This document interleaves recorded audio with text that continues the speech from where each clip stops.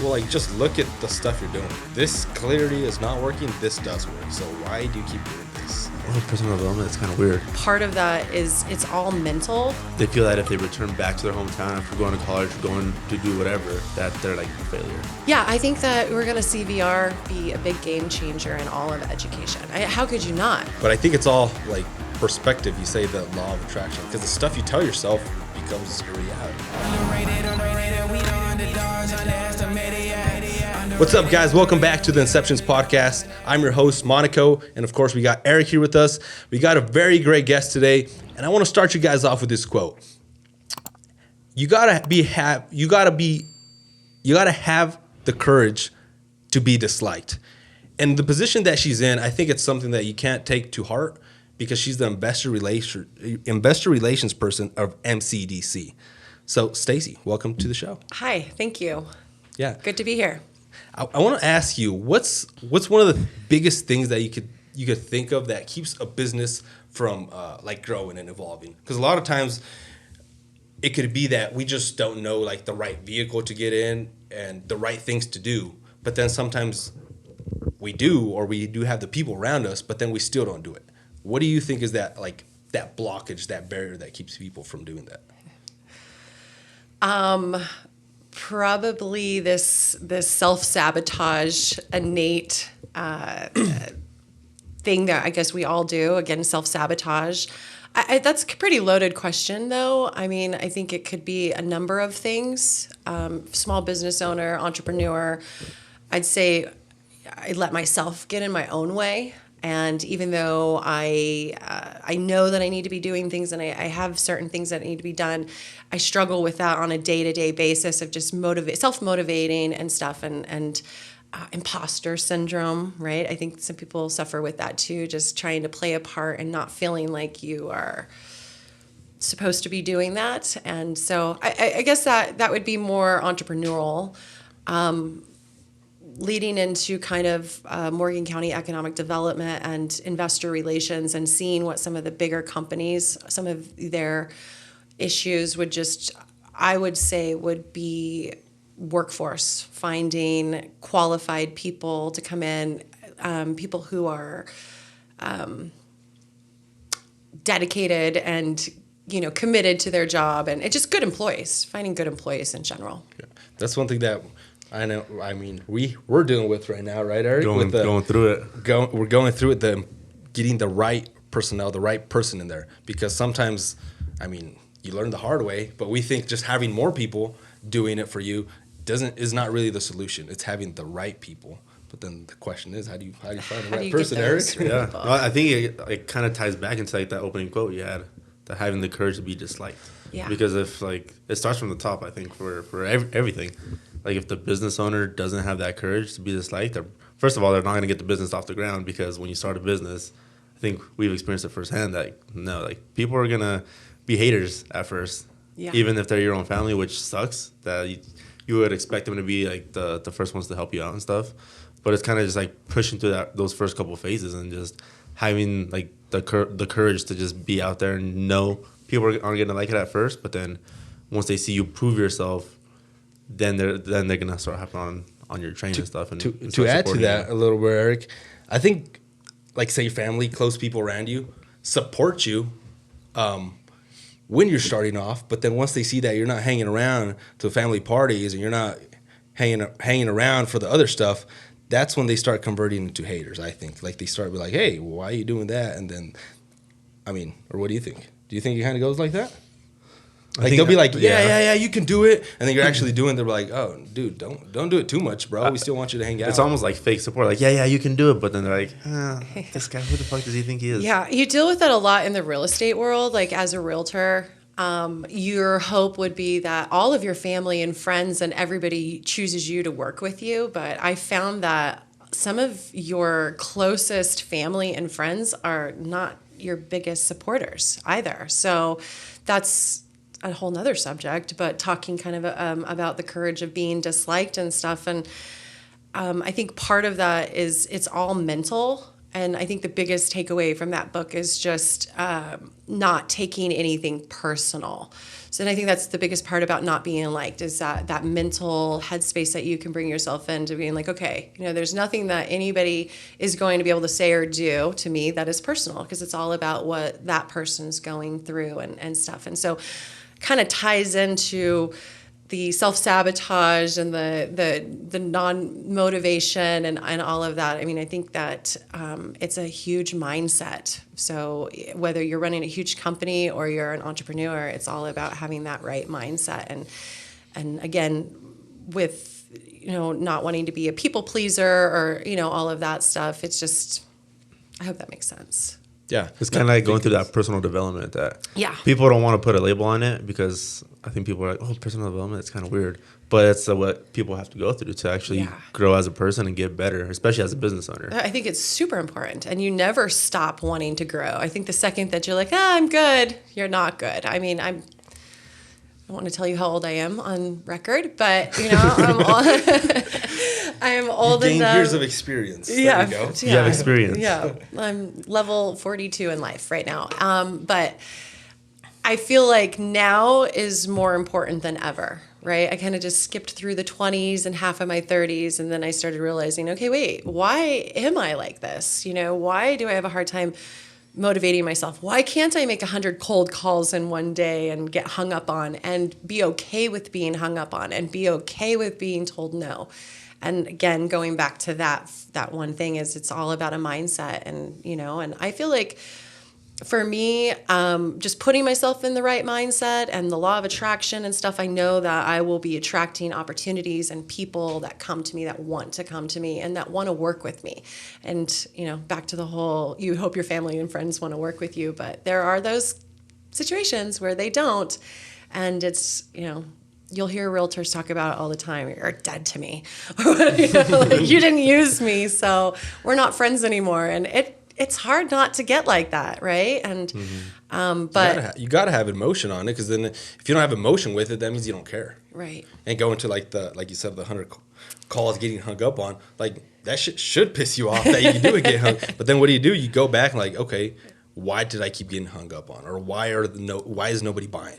Yeah. Like, because I'm not that good. Let me learn how to keep the conversation going. Yeah. And it's having that humility that like, I'm not that good actually. I should probably reevaluate where I'm at and get after back the first 100 calls of, hi, is this a good time? How are you? You learn certain They're like, things. No, it's not a good time. The second someone asks me, did I catch you at a good time? I know what the call is about, right? So just kind of trying to figure out, learning and growing and being more accepting of yourself. And I'm curious, because you said you were like just kind of skipping through your 20s and your 30s. Like, what made you kind of flip that switch and like realize, like take that step back and like kind of evaluate where you are? I learned about the law of attraction.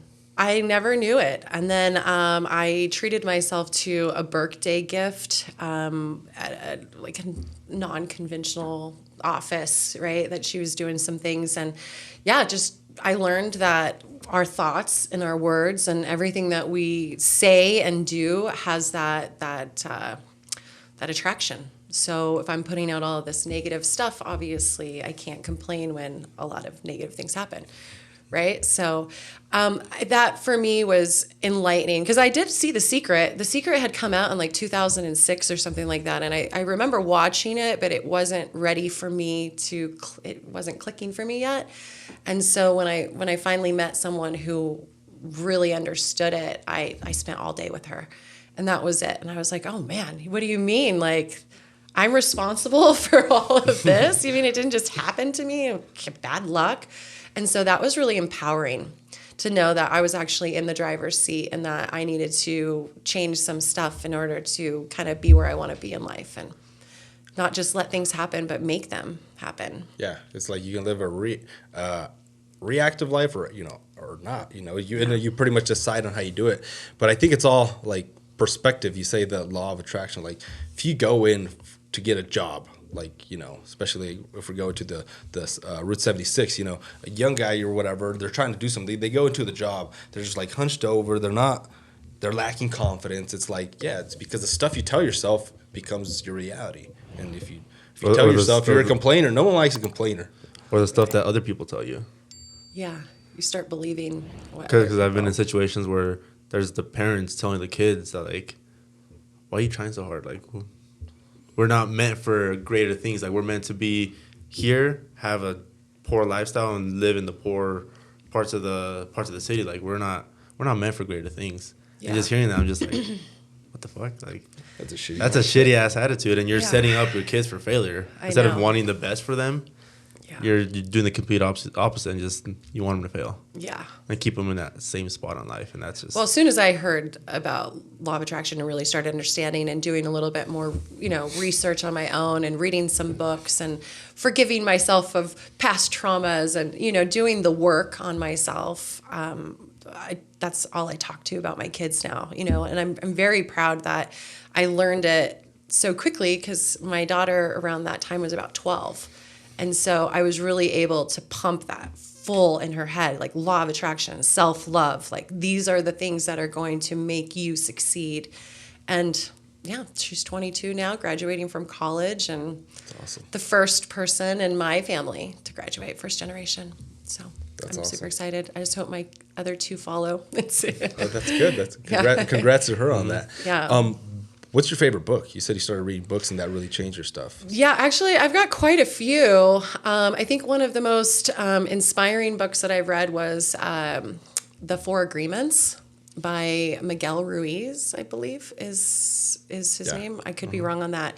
But again, just that book was really cool because it opened up my mind about, like, when you're born, you don't choose your name. You don't choose what religion you come into. You're just you're born into society's rules and your mom's rules and what society tells you how to act in. And until you, I think, kind of break free from that stigma and kind of have the courage to go out and figure out who you are on your own. And I think so that really was eye-opening for me, just kind of like, oh, okay. And again, don't take things personally. There's nothing that anybody does or says to you that is personal. It's all what they're going through. So I think that was a big mind shift for me too, because again, I feel like I'm a people pleaser. I want everyone to be happy, and then clients or friends or anyone who aren't happy, you're just like instantly like, oh my God, and so yeah, I was gonna say which kind of takes it to the next one. How you became the investor relations person with MCDC. Everything's like you could say, like you're talking about law of attraction. Because how you guys connected, you became a part of it. So that's well, that was completely law of attraction. I didn't apply. There's no job posting or anything. I was so good. Kristen wanted me on the team. Well, I had, like a lot of people, I'd called Kristen. Just kind of I had quite a few ideas. I wanted to start a couple of nonprofits, plus I'm a realtor. My husband is also a contractor. So I had some ideas, and so I was kind of doing a little bit of research and trying to see, are there any grants, kind of why you call economic development, right? Like, what kind of help can you give me? And we just hit it off. We did a Zoom meeting, and we hit it off, and a couple days later, she emailed me and was like, you don't by chance happen to be looking for a job? And I kind of was, right?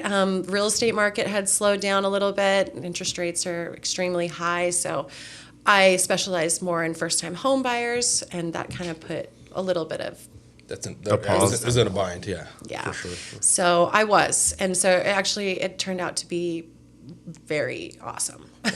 Blessing in disguise. Yeah, and I'm like, what is economic development? It took me 3 months just to figure out what is that? What do we do? How are we different from the chamber? Like, what is this? So what do you guys do? I'm still Let's figuring it out. Let's see if she learned. She got the hang of it. Yeah, so economic development, and our purpose is basically to keep growing our economy by supporting our primary employers. So businesses that want to come into the area and bring jobs and bring growth and bring all of that. We really do our best to try to support. And then we also support our existing business base as well. What do you guys need help with? Do you need help integrating AI into your business model? Do you need help with workforce? Like, we're trying to basically be that that gap filler to all of our investor businesses on like, what do you want from us? Because that's what we're here to provide. So Do you feel a lot of people, correct me if I'm wrong or not, but taking advantage of that stuff? Because I just think about it like you're on a highway, you know, and you're cruising in your car, you know. There's cars going 100 miles an hour, metaphorically in the business world, you know. And then there's other cars that are going 20 miles an hour. Some of these businesses, if they're barely starting off, if they're barely getting to a new market, they're walking on the side of the road. You stop, you open the door, and you're like, get in the car, we can go faster. And they're like, no, I want to keep walking. Or they don't even acknowledge you, and they just keep walking by themselves. I mean, do you feel like it's something like that? Yeah. I mean, you can lead a horse to water, but you can't force it to drink, right? That's old Unless saying. you give the horse a bunch of salt. Then you want to drink. Yeah. Torture his ass.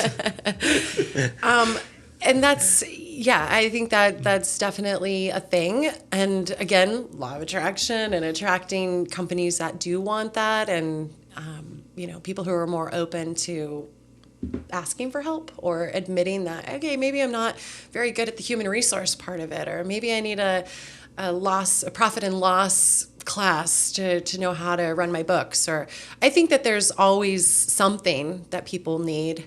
I think the biggest challenge I'm finding at economic development is engagement.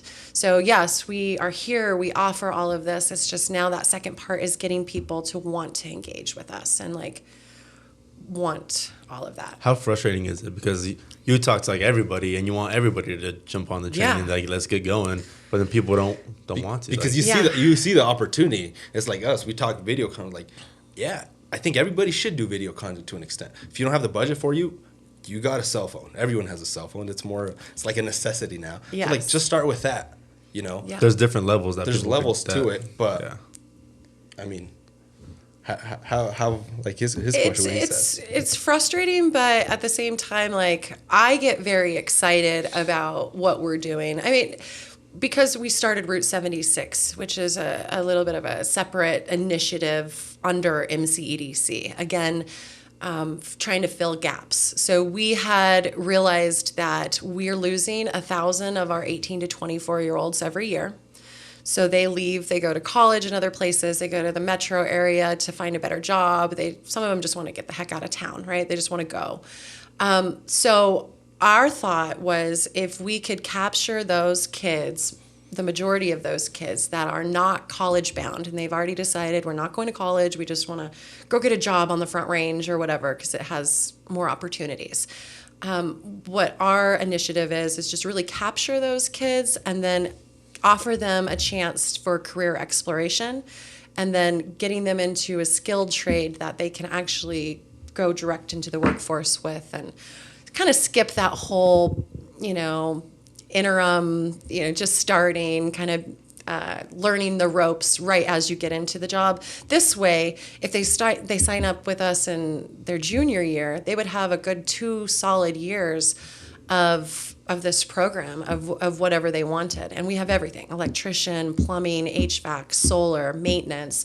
We're going to have diesel and auto mechanic, nursing soon. So there's so many different options. And then just to really be able to show them that, that these are the options and that there are good jobs in Morgan County. And there are a lot of employers that would love to keep our homegrown talent right here and invest in them, which ultimately will help the businesses as well. So that to me, I feel like is super important. I identify with the non-college bound kids. I didn't go to college, and especially in a time where college was pushed. You have to if you want to have a good life and stuff. So I've kind of always had that, stigma, I guess, of not having that college degree. So when I think about identifying those students that maybe don't have that college path, it warms my heart just because you resonate with it. I feel like it'll give them something to be excited about. The other kids are excited about their dorm rooms and getting their college. And then you think about the kids that are like, I don't want to go to college.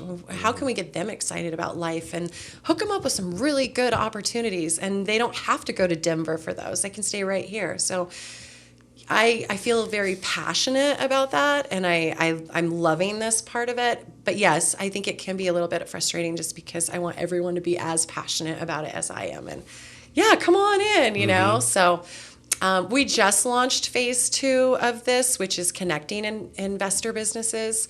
And we call them investors because the businesses are investing in Morgan County as a whole, right? And the health and vitality and the economic health of Morgan County. And that's why we call them investors. But I do hope that everybody in Morgan County is like, yes, this sounds great. You know, anybody who are, you know, willing to hire 18 years old or even younger possibly. And then we just found out that the program that we're using is actually an apprenticeship certified program through the Department of Labor. Meaning that after the kids go through the modules and they get hired on to an employer and that employer hires them on as apprentice, the group that we're using will actually go and file all the paperwork and handle all of that for them on the apprenticeship. They keep track of the hours and they do all of that. So it really helps alleviate that part of it, especially for smaller businesses that might not have the manpower to handle the whole apprenticeship through the state. So again, filling gaps. We're really trying to identify what is it that you guys need and how can we come and help you. Yeah, there's a few weeks ago, we had a podcast with Barry Walter, and he was talking about you should train them so they can get a job anywhere, but treat them good that they stay with you. And he says, imagine that you don't train them and they stay. Like that should scare you because now they're just milking money out of your business and they're not trained. Yeah. So I think, yeah, that's for people. And one of the things that I see is like, because I kind of like experienced it too, is like when people are like juniors, seniors in high school, the number one thing everybody wants to do is get out of their hometown. Yeah. And they want to just leave just for whatever reason it might be. So that might be like one of the struggles that like is one of the reasons that's pushing people out too, is just people want to experience something different. Yeah. And then they feel as if they feel that if they return back to their hometown after going to college or going to do whatever, they feel that if they come back that they're like a failure. Right. And I think it's the complete opposite. Because we have like a family member right now who like she doesn't want to like go back to where she's from and stuff because she's gonna feel like everybody's gonna judge her and feel like she's a failure because she came back instead of having the courage to be disliked. Instead of having the opposite attitude where it's like, I want to make my town better. Let me go learn this thing in college, learn this new skill, bring it back, and then make the community better. Instead of it seeing that way, which is kind of like. I think it's just one of the focuses should be like switching that thought in people's head. Yeah, exactly. What do you think puts the thought in that thought in people's head? Like you just said that. Switching the thought. So who's the one that you think implements? I think it's just other kids. Comparing yourself to other people's progress and maybe feeling like it would be, maybe not forward progress and you're coming back. But the reality is that a lot of people do. They'll leave for a little bit and then they start having family and they're like, yeah, maybe we do want to raise our kids in a smaller town that's not Denver, right? So I think eventually they come back. And we were thinking about that too with the kids. Like there will be kids that go through the program and stuff and that maybe have to go out to the military, or maybe they decide, we finished the program, but I still want to leave. And that's okay, right? Because we're really wanting to invest in them. And like Barry Walter was saying, like we want to train them because I know eventually most of them will come back and be productive members of Morgan County. And so. And that's something we push other people too. Is like, yes, like once you can, like move out, go experience some new things, whatever, just so you can get that different perspective of life. Yeah. And then you can make a more informed decision of what you want to do. Yeah.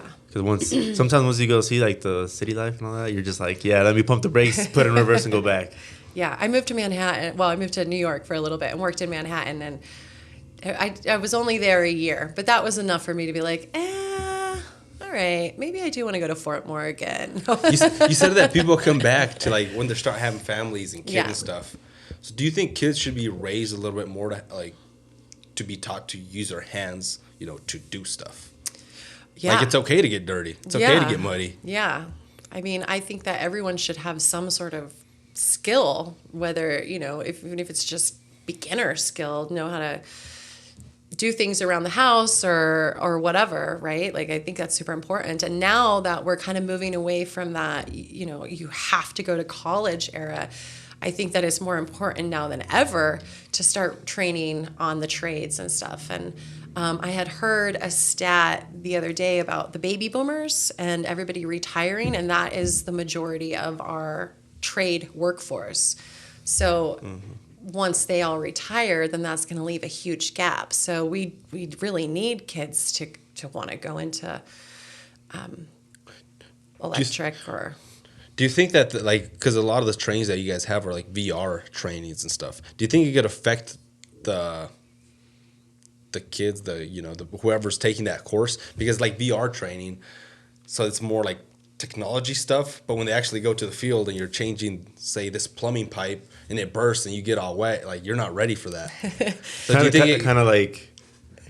Like the weld, and like in VR, they're like, oh, VR, you kind of like do this, but like then the welding, in real life, you have like to welding, like you can see my arms. I got scars all over my arms because it's hot. So pros and cons on that, right? Like pros being that it takes away that whole danger aspect. So especially for like electricians, right? They're not in there shocking themselves every 5 seconds and then having to go to the hospital and cause the employers a lot of money and all of that. But the VR is actually proved to be 75% retention rate for kids going through the VR, opposed to a 10% retention rate if you're just sitting at a desk listening to the teacher. So because the VR is so immersive, there's no gaps. It's basically, I guess, straight learning. I'm not 100% sure, but I do know that these companies, and not just training the kids, but they're using it to train their actual employees and to do troubleshooting. I just watched a whole HVAC one where, he opens up the thing and it has all the stuff in there. And, so I think that and as you progress through the modules, it gets harder and harder and harder, right? And there's construction math and like a bunch of stuff in there where, it's going to take some time for that kid to learn. I'm sure it's not going to take the place of the real thing, but I think that it does pretty good. Yeah. And just to get them used to it and, what color do I clip? What color do I not clip? I don't know. I'm just playing like devil's advocate because I was a welder by trade. So I just know it's a way different when because I went to college for it too, but you're sitting in a room where there's AC and it's controlled. Outside, there's some days we're rolling around in the mud where you got water to your knees and it's wet. Or it's 100 degrees and you have to change your shirt out midday because it's so hot out. So that's where I'm going with is like, cool, you learned, Johnny, now take the stuff off and now let's do it, Yeah, I get that it will help. I mean, I'm just curious to know. You have to try the welding thing over at Kids at Their Best today for our barbecue, just to try it and see, because I did it, and a lot of it's like steadiness of the hand, and but it's really neat. You put that VR set on, and all of a sudden you're in a whole nother world. Like a work table comes up, you're in this garage, and you've got all these tools that you have to choose from, and it really walks you through it and stuff. But I would be curious if you tried it to tell me how. I'm gonna have to try it out. Yeah. My nickname's the Golden Arm. I'm serious. I'm serious. The guys that know me welding, they know I was I stopped welding because I wanted to, not because I had to, because I got fired. Yeah. To this day, not because he sucked. To this day, I still get calls like, "Hey, do you want to weld?" Like, dude, I don't got any of my gear no more. I don't got anything. But do you think we're gonna try it out? Do you think VR could be the future of how schools? I think it already is. I mean, there's so many different places and colleges implementing VR. I know there's one down in the San Luis Valley that is really focused on nursing, and they have a little mobile VR unit that they take around and stuff. And so, I think that we're going to see VR be a big game changer in all of education. How could you not? I mean, you're literally catapulted into anywhere you want to go, any world, anything, and you're really there. Did you guys see the Meta Ray-Bans? I was seeing them the other day. So it's like glasses. You put them on, they're Ray-Bans, and you can like look through stuff on there. Have you seen those? Is it the ones that you're walking and then? But they look like regular glasses, and they have like little camera things here, so it's seeing what you're seeing. And I thought I saw a guy. And it just like pops up like stuff as you're. I mean, it comes up like here, like so you have them on, and it's like almost like the Apple goggles, yes, but they're not like the goggles, they're just like glasses. but they're glasses. Yeah. I mean, I need to go into it more, but like you're saying about the whole VR things, like, because that's just kind of how everything's going, and so that's to your point. Like, if you're trying to learn something, you might as well give them something where they can learn instead of just scrolling Facebook or whatever. And especially now with like AI too. Like now you can. I saw a video that AI could basically be someone's tutor. Like they have AI open on a separate window, and then they have like their homework, whatever, and they're like. And then the dad tells AI, hey, I'm here with my son. He's having trouble with this. Can you walk him through it without giving him the answer? Yeah. And it walks him through it. Like, what do you think this is? Oh, no, that's not it. Remember that this is this and stuff. And it's crazy. My daughter was just recently taking the LSATs. And so she was struggling. And I was like, why are you not on ChatGPT? Tell ChatGPT to give you a bunch of, I can't remember what. It's like the reasoning category or something. Yeah. Give me 5 questions that could be on the LSAT. So about how to reason and something. I can't remember what she was doing. But yeah, she did it. And then she asked it to quiz her about it. And so that's how she was like literally using ChatGPT to help her understand how to answer these questions by just, it gives you all these, say, give me a multiple choice quiz at each, I don't know. So it's really neat that AI is incredible. So AI and technology is going to hopefully fix the teacher shortage then, right? Yeah. Because we're talking to Maya, because she's a teacher, and she's like, there's a huge shortage of teachers around here.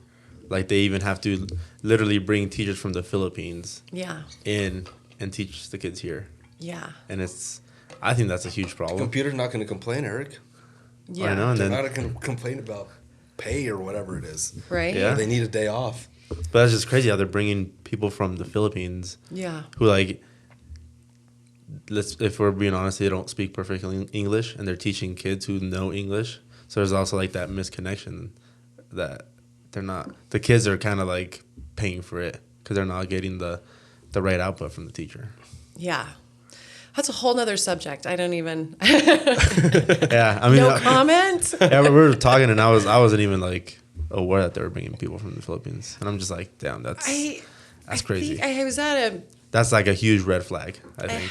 I was at a teacher thing. My kids go to Pioneer, and so I was asked to participate in like a parent group or whatever, and I thought that it was going to be like, oh my god, this school is amazing, this is great, everything's great. It wasn't the case, actually. Come to find out, there's a lot of work still that has to happen at, I mean, I'm sure at any school, right? But that was the first place that I had actually heard that some of the teachers that they were bringing in, and I can't remember the word that they used for it, but I don't know. Again, I don't have a comment on that just because I don't know enough about it. But I would imagine, I mean, when you think about how hard it is to be a teacher and all of the personalities and the kids that you have to, it'd be a lot easier just to give them a VR headset. Especially now, like kids are growing up with iPads. Yeah. So like, if you think about it, like in the past 50 years, we've had schools. They haven't changed the way they teach the kids. No. At all, and it's the same thing. But then now, as like technology is evolving, whether we want to or not, we should start adapting those. Well, yeah. I mean, especially when tools. you look at the retention rates, like that to me is huge, right? Like Look at the everybody data. expects our kids to just go and sit in a class for 8 hours a day, getting 10% retention on what they're learning, right? And then you throw in the VR set and you throw in a subject that they're actually interested in. I think that's a whole game changer. Instead of kids just showing up to class, they're just like, yeah, whatever. They're actually like, they're immersed. They're actually learning stuff. Yeah. And so a lot of the work is on the Chromebook also. So they can do things on the Chromebook. And then as they walk through the modules, and then they put the headset on. So it's kind of both, And then there's a teacher, a facilitator through Interplay, which is who we're using, that actually goes and monitors and does all of that. So they're still a teacher, right? It's just that they're giving the kids a little bit more Freedom to the retention rate. I mean, you look at it, it's like that's a no-brainer. The numbers don't lie. The numbers are there, and it's the same thing when business is trying to do marketing with us. Like, well, like just look at the stuff you're doing. This clarity is not working. This does work. So why do you keep doing this if you really want to get to where you're going? Yeah. But another thing for you, since you're investor relations, how do you attract a new business to Morgan County? Or do you want to attract new businesses? Oh, yeah. No, we definitely want to. So that's kind of one of the subjects that we talk about a lot, right? Because a lot of things have to kind of be in place. How are we going to attract a huge business when there's not any workforce or there's not any housing for the employees?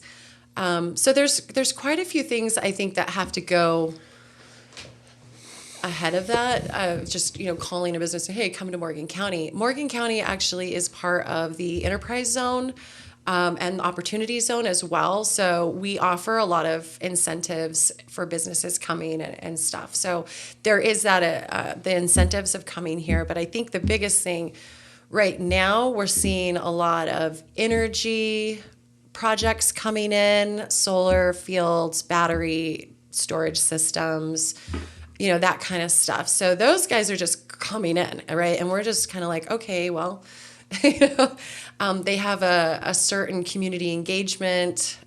Like they have to do a certain amount of community engagement before they can apply for their permit and stuff. So we're kind of like checking a box when they contact economic development. But when I think about the future and I think about really bringing in some really nice, like good businesses, I feel like few things have to kind of come first, and we have to tackle the housing shortage right now, and then again, like I said, maybe workforce and stuff. But I have some ideas. I know there's a couple of companies that we've been really hoping to see come out, and we are seeing growth, right? We're seeing a lot of houses come up. I think there's like 500 and some houses coming.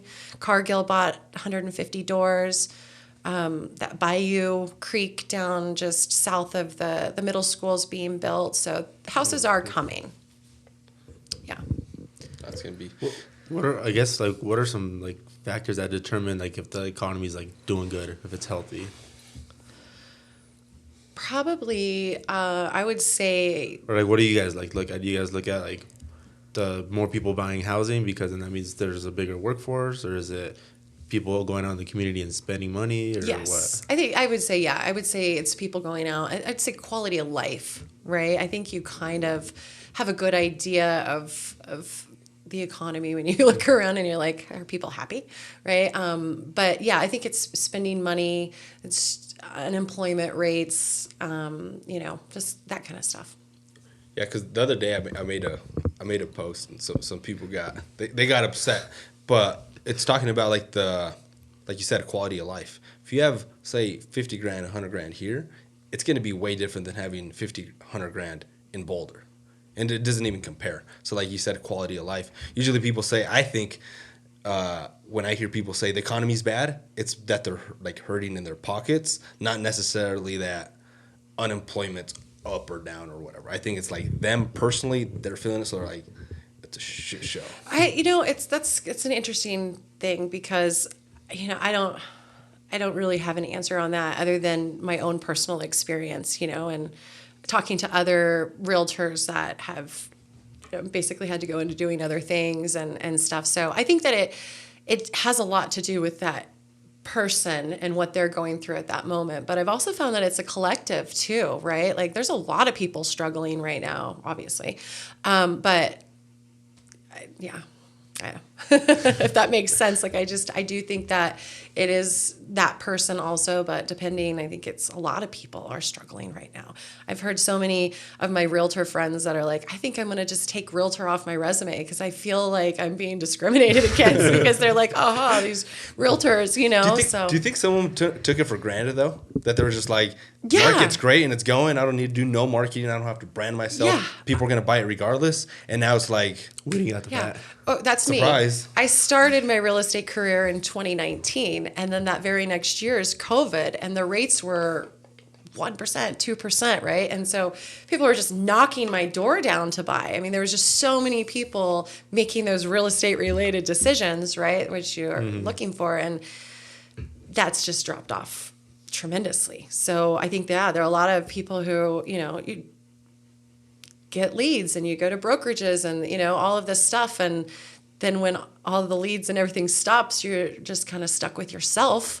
And now we're kind of going back to that whole, all right, well, why am I having a hard time being self-motivated? Why can't I get out of my own way just to make these calls? Because I know that if I just make 100 calls, there's a good chance there's at least one in there, right? Like, but it's just that phone weighs 1,000 pounds and you just, and so getting out of your own way, I think, is super important. And yeah, it was an eye-opener for me as well. Like, okay, the people who are hustling, the people who have, their sphere, and they're doing okay. It's the other people, like myself, that I'm like, wait, what do you mean that I don't just get qualified buyers all day long and whatever? You know what I mean? Yeah, like, it's just been a little bit more challenging. But I too believe that, again, everything happens for a reason and stuff. And so to be kind of, I'm still in real estate. I have a listing actually over on Cheyenne right now. We went on the market and under contract in 24 hours.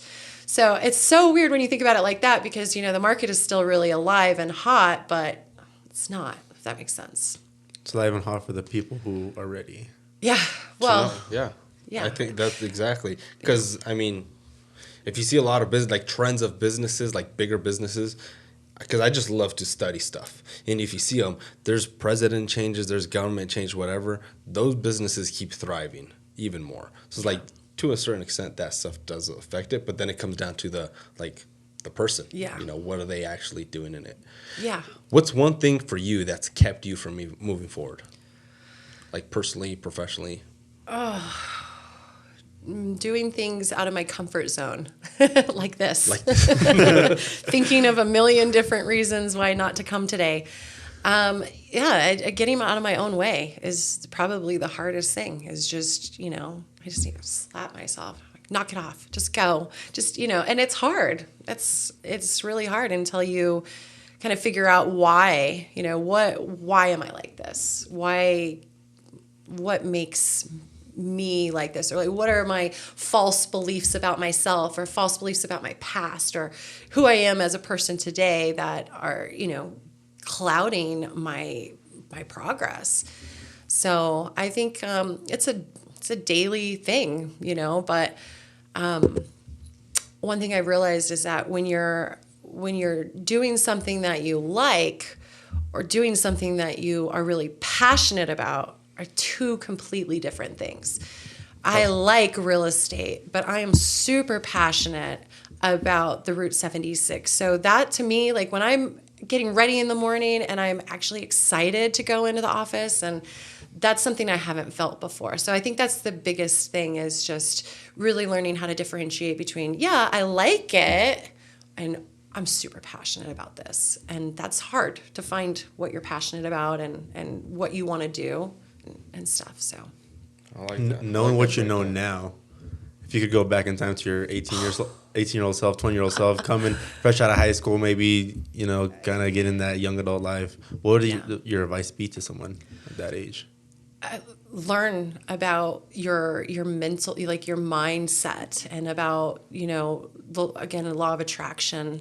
But I think it goes so much deeper than that. I think that as an 18-year-old with really no direction, I wasn't college bound, and I was just kind of like, all right, just throwing it out there and seeing where everything lands, and expecting the universe to just give me whatever, instead of really understanding, like, okay, wait a second. I'm in the driver's seat. I'm the one that has control over all of this. I don't think I really took that power until I was in my 30s. I kind of, like I said, skated through my 20s. It wasn't the best decade of my life. And then I think that you reach your 30s, right? And you're like, okay, well, what the heck am I doing now? And what does make me happy?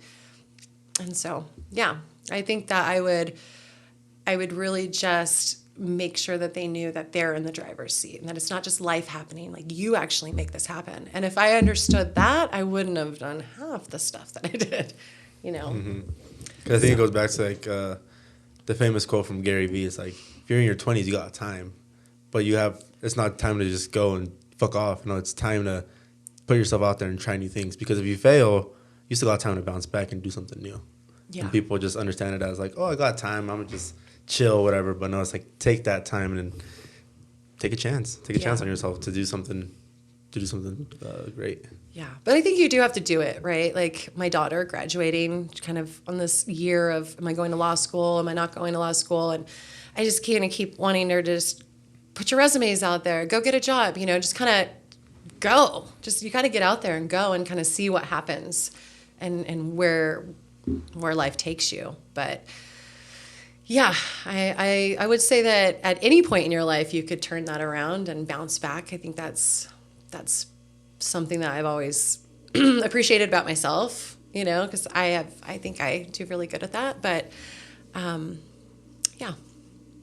Yeah, life's beautiful. It's a roller coaster. Hold on. There's going to be some good times. There's going to be some bad times. Life. So just always stay ready. But Stacie, we appreciate you for joining us today. Yeah, thank you. I hope people, business owners, hopefully they reach out to you. We'll put your info down below so they can get connected with you. I'd say any business in Morgan County or any county, really, that's watching, that is interested in hiring high school kids right out of high school and taking a chance on them should definitely give us a call. I'm looking for people that I can at least start. I have 2 or 3 seniors right now that want jobs.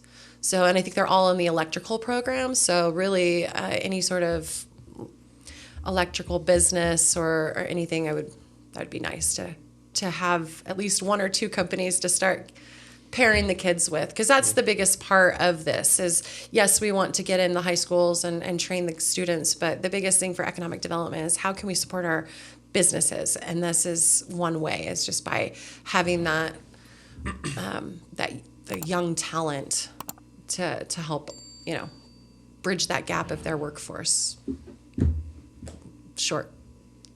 I don't know. Yeah, the shortage that they have. No, shortage. Sure. Yeah, thank you. And make their business better. I mean, I think for sure. Yeah.